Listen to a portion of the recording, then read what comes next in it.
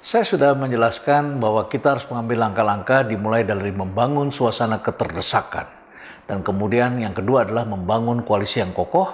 Ketiga, kita mengembangkan visi. Keempat, kita harus mengkomunikasikan visi ini. Visi ini tentu saja bukanlah benda mati. Kita harus sampaikan. Jangan sampai kemudian datang orang baru yang belakangan bergabung dan kemudian dia tidak tahu visi kita mau kemana dan akhirnya kita tidur di satu kasur yang sama tetapi mimpi kita tidak sama satu sama lain. Seorang pemimpin tentu saja harus memiliki kemampuan untuk menyampaikan visinya kepada anggota-anggotanya. Wajarlah kalau seorang pemimpin itu atau para pengikut biasanya tahap-tahap awal dia bingung.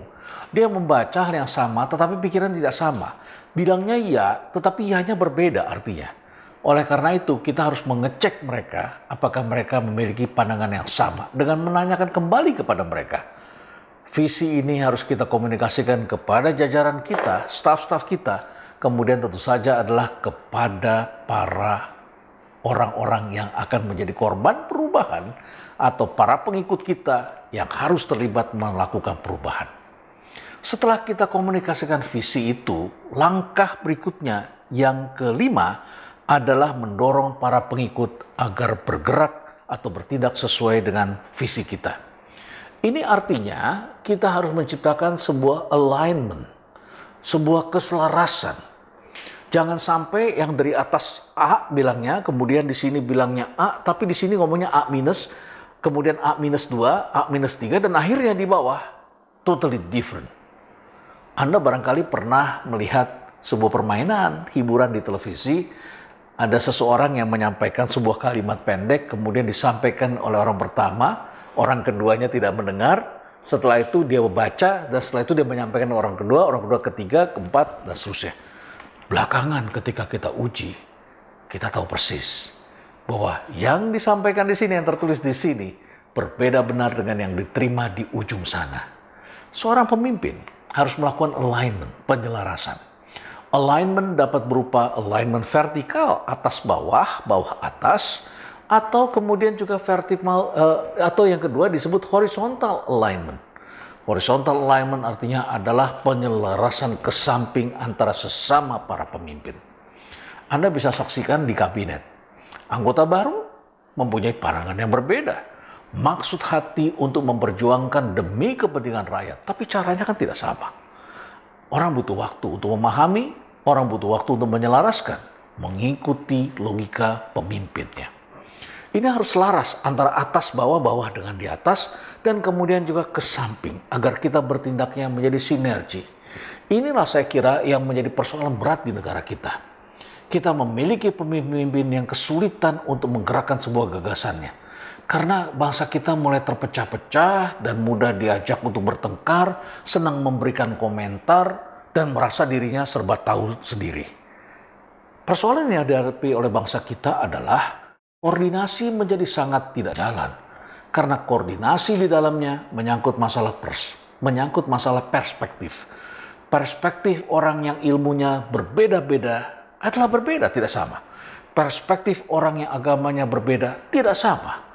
Orang yang dalam agamanya sama pun tetapi kepentingan dan alirannya berbeda, perspektifnya juga berbeda.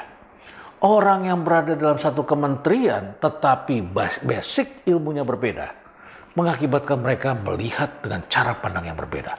Yang satu melihat dari pendekatan strategic management, yang satu melihat dari pendekatan financial management, aspek keuangan. Yang satu melihatnya, ini bagus tapi secara accounting nggak bisa nih. Pencatatannya jadi kacau. Yang satu lagi melihat dari kacamata auditing, bagaimana kalau kita diperiksa. Yang satu melihat dari kacamata compliance, aspek hukum. Yang satu lagi melihat dari aspek teknis, produksi, dan lain sebagainya. Ini perspektif yang sangat beragam. Menyatukan perspektif yang berbeda adalah alat perubahan yang sangat penting, khususnya di Indonesia. Selain mengkomunikasikan dan mendorong para pengikut untuk bergerak sesuai dengan visi, maka kita memerlukan langkah berikutnya yang juga sangat penting. Hope management.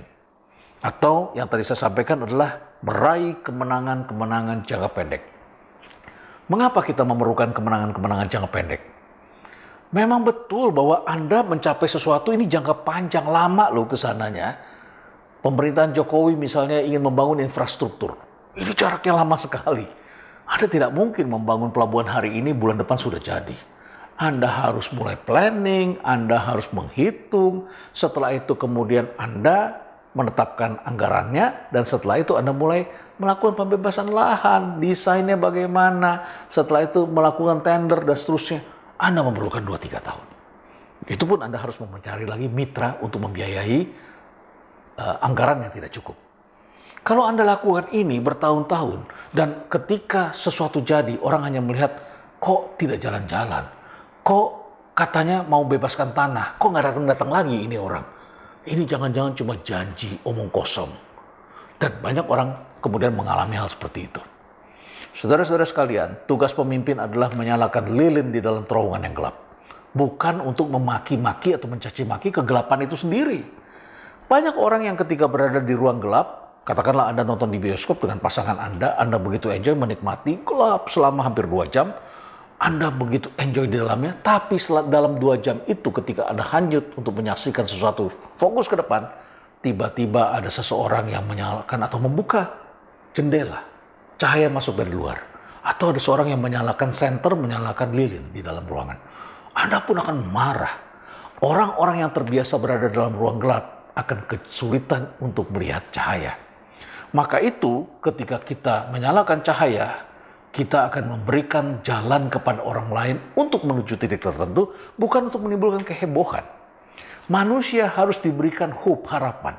Mencapai dari A ke B yang cukup jauh itu akan menimbulkan keletihan-keletihan, dan orang kemudian akan tercecer di tengah jalan, kehilangan harapan, kehilangan asa, dan kemudian dia akan memutuskan untuk berhenti, tidak ikut lagi, dan kemudian dia diganti orang lain dan sebagainya, sehingga akibatnya perjalanan Anda jadi semakin berat, karena setiap tahap Anda harus memulai baru lagi mengkomunikasikan visi Anda. Oleh karena itu, maka seorang pemimpin yang baik adalah pemimpin yang dapat memberikan kemenangan-kemenangan jangka pendek. Kemenangan-kemenangan jangka pendek ini merupakan harapan, pembangkit kegairahan. Oh, ternyata kita telah berada di track yang benar. Dan kalau kita jalankan ini, jangan-jangan kita nanti bisa menjadi juara dunia. Jangan-jangan nanti kita akan bisa menjadi jauh lebih sejahtera.